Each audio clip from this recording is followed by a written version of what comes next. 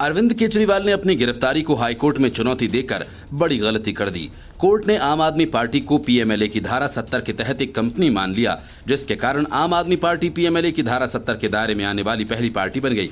लेकिन बात यहीं खत्म नहीं होती। केजरीवाल की इस गलती की सजा दूसरी और खासतौर से क्षेत्रीय पार्टियों को भुगतनी पड़ेगी। लालू यादव, ममता बनर्जी, एमके स्टालिन जैसों की पार्टी के लिए हाईकोर्ट का ये फैसला आने वाले दिनों में मुसीबत का कारण बन सकता है। चारा घोटाले में सजा सिर्फ लालू प्रसाद को मिली, आरजेडी को नहीं। लेकिन अब ऐसा नहीं हो पाएगा। यही कहानी टीएमसी के साथ भी हो सकती है।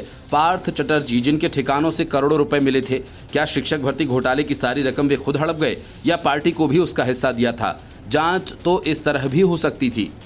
अगर ऐसा हुआ तो फिर कई पार्टियां बड़ी मुसीबत में फंस जाएंगी। हालांकि हाईकोर्ट से पहले करीब 6 महीने पहले ये मामला सुप्रीम कोर्ट में उठा था। तब सुप्रीम कोर्ट ने ईडी से सवाल किया था, अगर शराब नीति केस से आम आदमी पार्टी को फायदा हुआ तो उसे क्यों नहीं आरोपी बनाया गया। सुप्रीम कोर्ट के इस सवाल के बाद ईडी ने इस पहलू पर सोचना शुरू कर दिया था। और जब अरविंद केजरीवाल ने अपनी गिरफ्तारी और रिमांड के खिलाफ वे कोर्ट पहुंचे तो ईडी ने उसी वक्त कह दिया कि अपराध की आय से फायदा आम आदमी पार्टी को हुआ है, इसलिए आम आदमी पार्टी ने अपराध किया है।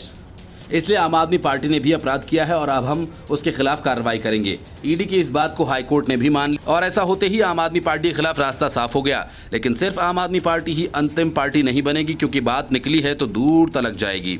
हाईकोर्ट के फैसले से अब इस बात की आशंका बढ़ गई है, दिल्ली शराब घोटाला मामले में पूरी की पूरी आम आदमी पार्टी ही जांच के दायरे में आ सकती है। दिल्ली हाईकोर्ट ने अपने जजमेंट में माना कि आम आदमी पार्टी भी एक कंपनी की तरह है।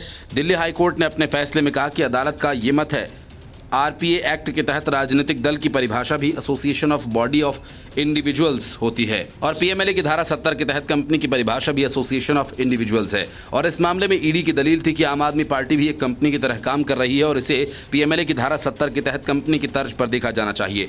हाईकोर्ट ने अपने आदेश में यह भी साफ किया कि इस आदेश में कही गई बातों का ट्रायल के दौरान मामले की मेरिट पर किसी तरह की राय न माना जाए। अब जब हाईकोर्ट ने राजनीतिक दल को कंपनी मानकर मनी लॉन्ड्रिंग कानून के दायरे में लाने की इजाजत दे दी है, ऐसे में अब ईडी की उस दलील को बल मिलता दिख रहा है जिसमें उसने कहा था कि दिल्ली शराब घोटाला केस में आम आदमी पार्टी कंपनी की तरह काम कर रही थी। अदालत के इस आदेश के बाद संभवतः ईडी के लिए रास्ता खुल गया, जिसमें वो आम आदमी पार्टी को भी इस मामले में आरोपी बना सकती है।